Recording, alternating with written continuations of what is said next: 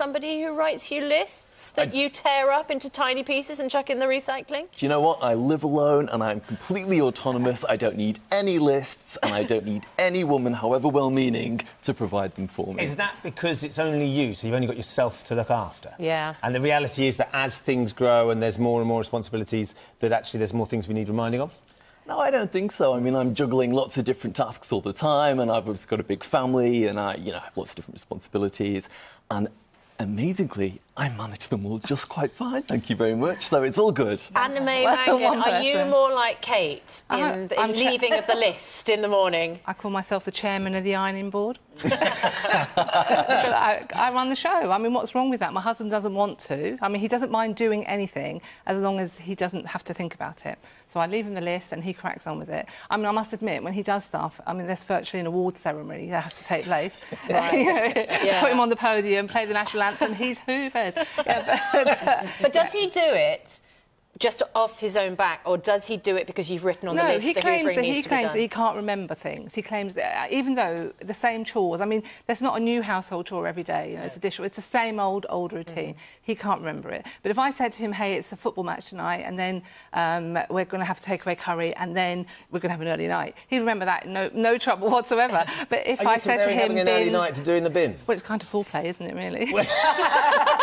Yeah, I mean, it's an interesting point. Now, I mean, there's slightly different propositions. I'd like to think, there certainly are in our household. A chance to be a fine thing. But Peter, there is sort of drifted off a little bit. Too much information. But I think the interesting thing is that what Anna has worked out, and as Kate clearly has in their house, there is a system that works. And actually, if that system works, without that system, suddenly everything slowly unpicks and falls apart. Yeah, I suppose your point, Peter, might be that actually there are other systems that work. Absolutely, and what I would always say, there is actually a technical term for this phenomenon, and not a lot of people know it, and it's actually called womansplaining. Oh. Well, you see, could that be the point, Anna? Because as a fellow list writer and control freak, is it because of a slight feeling that if it's not done my way, I think it's going to fall apart? Like, I think Billy's going to be upset, or this is going to happen, or that's going to happen, or the children... Whereas actually, what Derek might say is, do you know what? If I don't forget to do that, they'll be fine, and they'll cope with it, and it's OK. Men say that to dump the jobs on the women, because both... I mean, I'm assuming you like to get into a clean bed. I'm assuming that you like food in your fridge. I'm assuming that you wash your clothes. So if you do all of that, and you're in a partnership, it should be 50-50. And actually, I think things are changing now, because men are doing shared parental leave, and all sorts of things are shifting. So, yeah. But as a man, do you think there's a sense that men can be quite good at allowing control to be taken off them so they can relinquish responsibility a little bit and kind of go, do you know what, I'm quite happy for my partner to take control of that, and I'll just sit here and just tell me what you need me to do and when you need me to do it, and I'm happy to do it. And taking that back seat becomes easier and easier the more they like to take over. Do you know what? I actually don't think it's about gender. I think it's about personality types across the board. And people who micromanage are often their own worst enemy, because when you micromanage somebody, you create a cycle. I think you're right. What happens is the subject becomes apathetic, and they say, well, I'm going to get it wrong. I'm just going to follow this to the letter. I'm not going to do anything. I'm paralysed by fear of getting it wrong. So I just become weak and useless. And so these people who micromanage are often their own worst enemies. So Anna, do you think you've created a monster of your...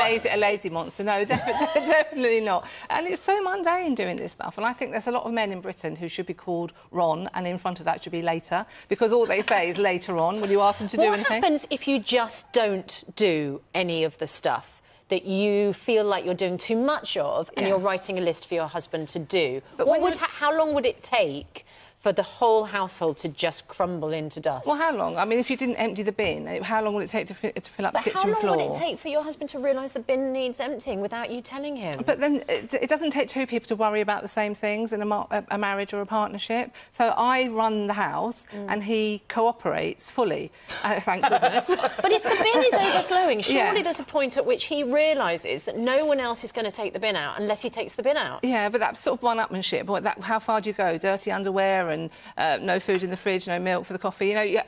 It's dangerous, isn't it? That's a dangerous tactic, and it causes arguments, whereas a list reduces any need for an argument and even a discussion about it. Who's it dangerous for? Is it dangerous for you because you'd feel uncomfortable, or is it dangerous because it gets unhealthy? Well, it's dangerous because cockroaches have become... Yeah, but do you really think it would get that bad? Well, I don't know. I mean, if you're totally unengaged from housework and won't do it unless you're invited to do it. But I just wonder good. whether he's got into the habit of just being told all the time. Well, I write it down and he does it. I mean, but whereas if you didn't write it down, maybe he might just do it. Peter, have you got any friends that Anna's describing? Do you see that in some of your male friends that sort of got into relationships where they've let their partner take over?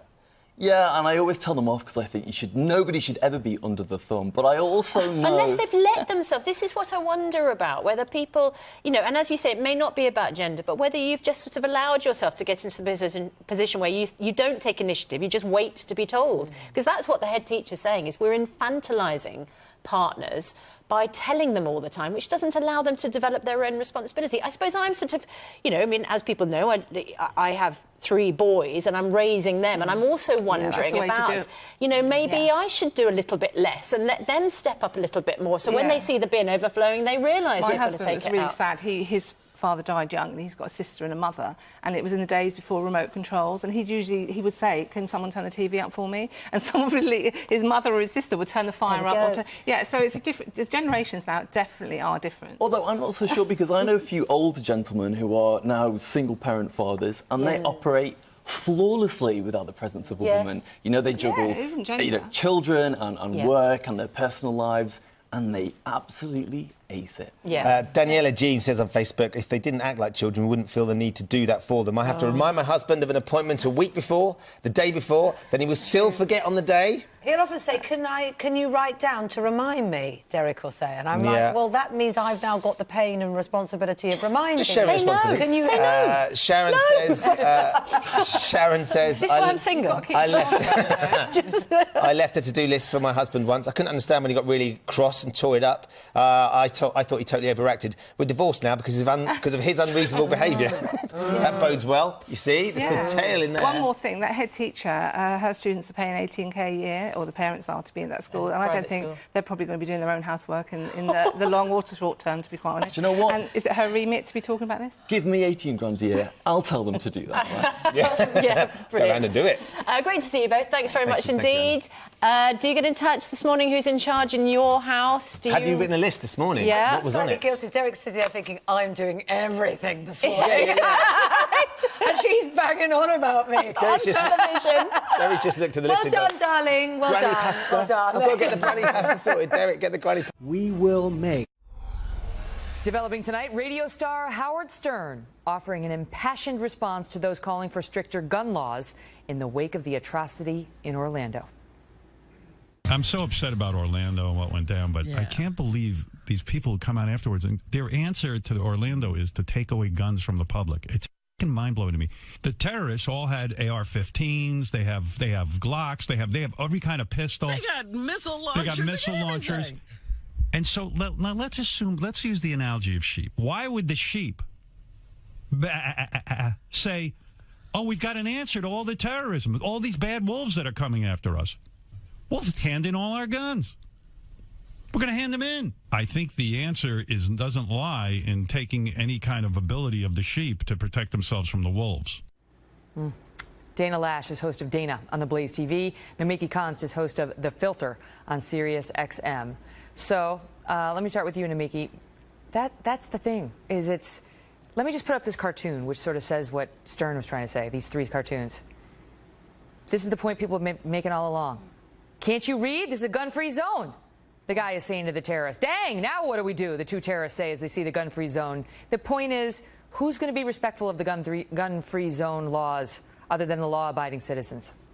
There's been tremendous research behind this. The FBI famously published a report on this, and it stated that 3%, in only 3% of the cases where the good guy with a gun goes after an active shooter, they actually hit that guy. And it's usually somebody who has tremendous background and training in active shooter shootings. But you know the response to that. If you were in that bathroom that night and that shooter was in there with his guns, you would have preferred to have been armed. So generally what happens is it's more often than not that somebody who attacks the shooter physically with an object, something large, actually gets it. And that's because of stress. You know, your eyes and you're under stress. Humans are incapable of hitting a target. They're more likely to hit somebody else. And that's the FBI's own research. I mean, that's their study. Yeah, I have a different conclusion based on the super expensive report that Barack Obama commissioned in 2013 that talked about defensive gun use. And in fact, the CDC determined that concealed carry and firearms, it's a great deterrent to crime. I tell you what, I want to have a fighting chance because criminals don't pay attention to gun-free zones. And Megan, Howard Stern, it's almost like I just became best friends with Howard Stern right there. It's like a stepbrothers thing. I think he read your book. He's so right. So one more thing to Mickey, note the about thing that. is, like, okay, so the studies are great, but like then you're kind of looking at Dana and saying, you know, our studies trump your needs and your belief about what's best for yourself. Give us your gun. Well, it's not about giving us your gun. It's about expanding background checks. You know. No, Dana, it's not. No one's saying. Yes, it is. You're talking about banning the AR-15 by calling it a weapon of war and conflating it with an M16 or an M4. No, it's not. Because Dana, hang on. Give me a second, Dana. We're short on time tonight, but Dana, why does the AR-15 and guns like that? Why do those need to be out there? Yeah. Well, the AR-15 it's a 22. I mean, if you're going to actually do, in fact, if I was actually going to go after a bad guy in my house, I'm not going to grab my AR-15. I'm going to grab my shotgun, or I'm going to grab my Glock. I'm going to grab something a little bit more serious. So why have Here's them? the They're thing. killing machines. Women, this is a war on women because the AR-15 is the most popular rifle with women. You're talking about disarming women, and you're talking about misidentifying. Dana, very simple. And acting like it's a full-automatic weapon. Dana, because you're just going to spit some more blue. No, Dana, one thing. They're so good. I apologize to the audience. I'm so upset about Orlando and what went down, but I can't believe these people come out afterwards and their answer to Orlando is to take away guns from the public. It's mind-blowing to me. The terrorists all had AR-15s. They have Glocks. They have every kind of pistol. They got missile launchers. And so now let's use the analogy of sheep. Why would the sheep say, "Oh, we've got an answer to all the terrorism, all these bad wolves that are coming after us"? We'll hand in all our guns. We're going to hand them in. I think the answer doesn't lie in taking any kind of ability of the sheep to protect themselves from the wolves. Dana Lash is host of Dana on the Bleed.